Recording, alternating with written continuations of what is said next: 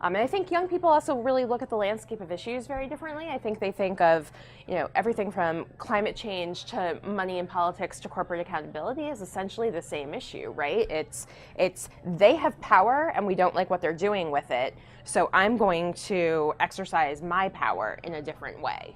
Right, I think that's a great point. And I talked about this earlier on the show, and people know that when the report came out, I was the first one to read it, was the rebranding the Grand Old Party for a New Generation, all 90 pages and the footnotes. But I think what that report sort of said is that even the Republicans have realized that they have to find a way to engage millennials. And their report says a lot of things that we know to be true, and this is a lot of things that, also I was sort of shocked about. But I think it speaks volumes that even they are trying to figure out how they change their party to talk to our generation. Right, because they know. I mean, they can't ignore a third of the electorate. They get it. But the question is, and so the question with that is, so if they're trying to focus on getting our party, do you feel as though, and not taking the progressive movement outside, notwithstanding, is the Democratic Party doing that same type of what we need to really get to understand young people? How do we communicate them, or is it just a situation where they have been sort of said, oh, they always vote with us and they'll continue voting with us, and It is what it is? They've come a long way. I started doing youth organizing in 1997 and was actually the College Democrats National Vice President in 1999 and 2000, and was in the DNC and in an election where young people did not turn out, and Al Gore and George Bush split the youth vote in 2000, little known fact. So the Democratic Party is getting it. Certainly kind of the hierarchy gets it, like Congresswoman Wasserman Schultz is amazing. Totally understands the power of millennials. Hometown congressman, by the way. I love that. There aren't enough powerful millennials to kind of be beating down the door and saying, you have to be investing more in young people. We don't have a millennial caucus yet. We don't have those electeds or even enough DNC members who can kind of say, like, this needs to be a priority of funding for the party. I think certainly the Obama campaign understood it. The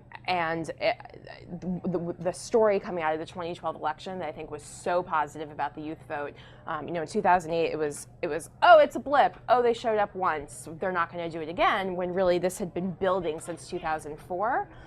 So I think the media has finally caught on, and the party is catching on, and the progressive movement is catching on, that you absolutely have to speak to these young people who are going to be in control of the country and running things in a very different way in the near future. I love that. I think you're right. I think the pocket's starting to catch on, and it's interesting, even from the landscape that we're from. And I think we still have the same sort of things. I think even in the media space, we work hard to try to get youth representation on air and youth representation in the mainstream media, and still dealing with the pitfalls there, because we're like, well, if you're young, you can't be an expert. Right. Aren't you cute, you young person?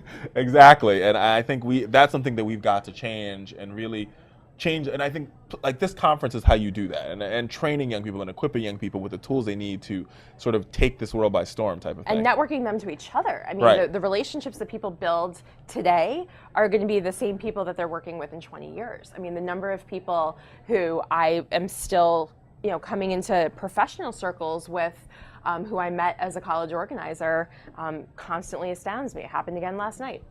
Exactly, and for folks who don't know, Al remembers me when I was little, when I just got in the movement. I remember my first YDA meeting, and Al was there, and a couple years later, Jesus take the wheel.